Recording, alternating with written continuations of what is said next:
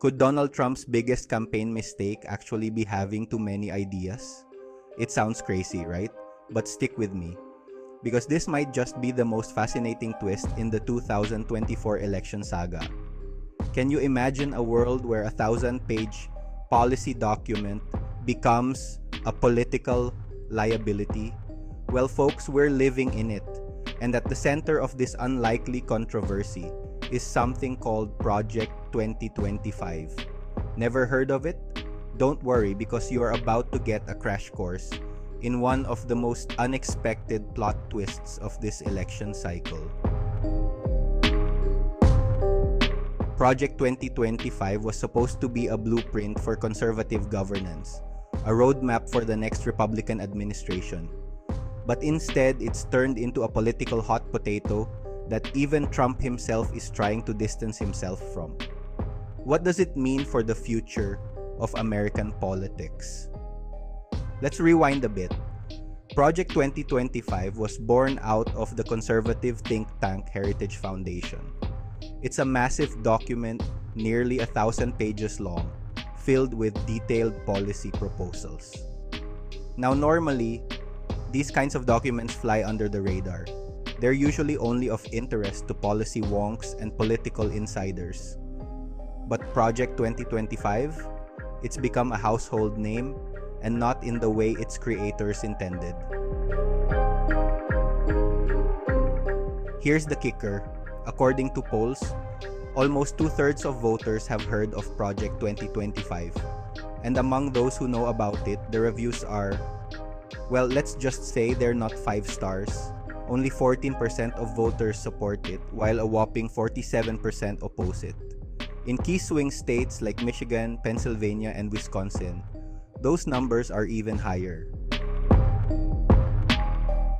So what's in this document that's got everyone so riled up? Well, buckle up, because it's a wild ride. We're talking about dissolving entire government departments like education and the National Oceanic and Atmospheric Administration, slashing Medicare and medical aid, banning pornography, establishing federal abortion restrictions, and many more. Even repealing some child labor protections. And that's just scratching the surface. Now, some of these ideas have been floating around conservative circles for years. But others, they're downright radical. Take the proposal to enable the president to lay off tens of thousands of federal career workers and replace them with political appointees. That's not just a policy change. That's a fundamental reshaping of how our government operates. But here's where it gets really interesting. Trump, the presumptive Republican nominee, is trying to distance himself from Project 2025.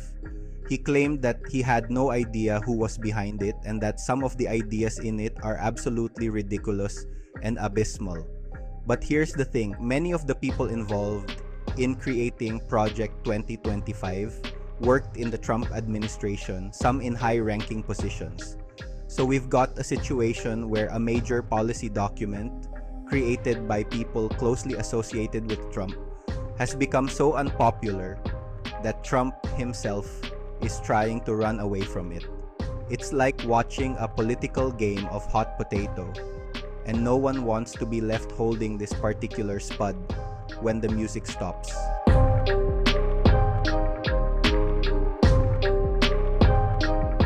Now, let's put on our analysis hats for a moment. What does all this mean for the 2024 election and beyond? First, it shows that detailed policy proposals can still make a big splash in American politics. We often hear that elections are all about personality, that policy doesn't matter. But Project 2025 proves that's not always the case. When voters get a glimpse of what a candidate or party actually plans to do in office, they pay attention. The second point highlights the increasing division within the Republican Party. On one side, you have the policy wonks and ideologues who created Project 2025, pushing for sweeping changes to how our government operates. On the other, you have more pragmatic politicians like Trump, who seem to recognize that some of these ideas might be too extreme for the average voter. Third, it's a reminder of how difficult it can be to navigate the transition from campaign rhetoric to actual governance. It's one thing to make broad promises on the campaign trail. It's another to put those ideas down on paper in excruciating detail, which is what Project 2025 does. But perhaps most importantly, the Project 2025 controversy shows us how the political landscape is shifting. We're seeing a growing skepticism among voters towards sweeping ideological proposals. People seem to be more interested in practical solutions to their everyday problems rather than grand visions of reshaping the entire government. So what does this mean for the future? Well, it's possible we'll see a move towards more moderate, pragmatic policy proposals from both parties. Politicians might become more hesitant to align themselves with detailed policy documents, preferring instead to keep things vague and flexible. On the other hand, this could also lead to more transparency in politics. If voters are paying this much attention to policy documents, it might encourage campaigns to be more upfront about their plans. After all, if you're going to be held accountable for your ideas anyway, why not put them out there yourself? As for Trump and the Republican Party, they're in a tricky spot. They need to find a way to energize their base without alienating moderate voters. The Project 2025 controversy shows just how difficult that balancing act can be. Looking ahead to November, it's clear that Project 2025 will continue to be a major talking point. Democrats have seized on it as a way to paint Trump and the Republicans as out of touch and extreme. How the Republican campaign responds could very well determine the outcome of the election. But regardless of who wins in November, the Project 2025 saga has already left its mark on American politics. It's a reminder that in the age of information, nothing stays hidden for long. Every policy, every proposal, every idea is subject to public scrutiny. And in a democracy, that's exactly how it should be.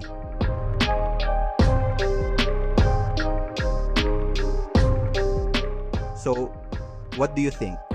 Is Project 2025 a bold vision for America's future or a political misstep?